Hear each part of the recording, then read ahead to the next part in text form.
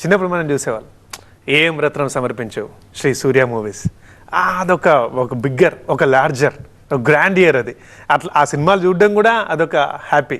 So ఎన్నో బ్యానర్లు ఉండగా, ఎంతోమంది నిర్మాతలు ఉండగా, మీ బ్యానర్కి మీకు మాత్రమే గ్రాండ్ ఇయర్ ఎలా సాధ్యమైంది సార్? ఎలాగంటే మనం చేసే పనికే రెస్పాన్స్ ఉంటుంది సార్. మనం తీసిన సినిమా అంత సక్సెస్ఫుల్గా అంత గ్రాండ్గా ఉంటుంది కాబట్టి ఆడియన్స్ కూడా అంత నమ్మకం. సో అందుకని ఏం రత్నం ప్రజెంట్స్ అని రాగానే తమిళనాడులో కానీ ఆంధ్రలో కానీ రెండు ఈక్వల్గా, ఒక స్టేట్ కాదు 2 స్టేట్లో క్లాప్స్ కొట్టేవాళ్ళు. భారీ బడ్జెట్ కథలు మీ దగ్గరకు వస్తుంటాయా, లేకపోతే వచ్చిన కథలు భారీ బడ్జెట్ అవుతుంటాయా మీ దగ్గరకు వచ్చిన తర్వాత? రెండు సార్. వచ్చిన తర్వాత ఎందుకంటే ఒక సీన్ని ఇలాగైనా తీయచ్చు, ఇలాగైనా తీయచ్చు, ఇలాగైనా తీయచ్చు. స్కైజ్ ద లిమిట్ కదా. అందుకని ఇది ఎందుకంటే వ్యయంతో కూడిన విషయం కదా.